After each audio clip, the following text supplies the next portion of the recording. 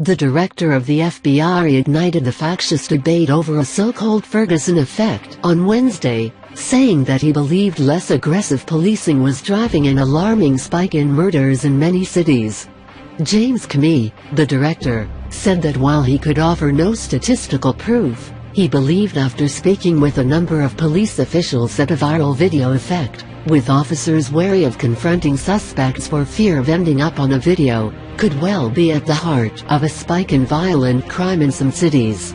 There's a perception that police are less likely to do the marginal additional policing that suppresses crime, the getting out of your car at 2 in the morning and saying to a group of guys, "Hey, what are you doing here?" he told reporters. Mr. Comey was wading back into a dispute from last fall that pitted him against some of his bosses at the White House and the Justice Department, and one that oiled racial tensions over confrontations between police officers and minorities. He first raised the idea in October that a chill wind had deterred aggressive policing. But Obama administration officials distanced themselves from Mr. Comey at the time. They said they had seen no evidence to support the idea of a Ferguson effect, named after the 2014 shooting by a police officer of an unarmed black man in Ferguson, Mo, which sparked widespread protests. Obama administration officials declined to comment on Wednesday about Mr. Comey's latest remarks, which were sharper in tone than his previous statements.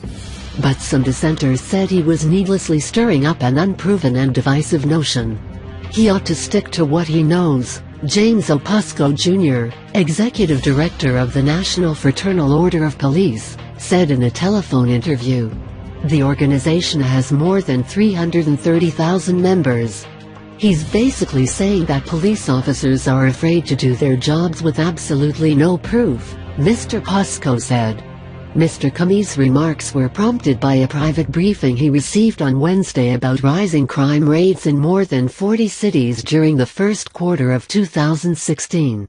He said the new statistics, which have not been made public, showed a significant jump in murder rates in many cities. The numbers rose even more quickly than last year, Mr. Comey said. In 2015, rising murder tallies in Washington, Baltimore, Milwaukee, St. Louis and other cities made national news. The two cities Mr. Comey singled out in the latest tallies were Las Vegas and Chicago. He said most of the murder victims were either black or Hispanic men, although FBI officials declined to provide specific figures and said the data would likely be released later this week. In Chicago, where violence and police shootings have angered the city, officials say that as of April, murders were up 54% from last year, and shootings were up by 70%. Mr. Comey said that he could not fully explain the trend or the major differences from one city to the next. "I don't know what the answer is, but holy cow, do we have a problem," he said. "It's a complicated, hard issue, but the stakes couldn't be higher. A whole lot of people are dying," he said.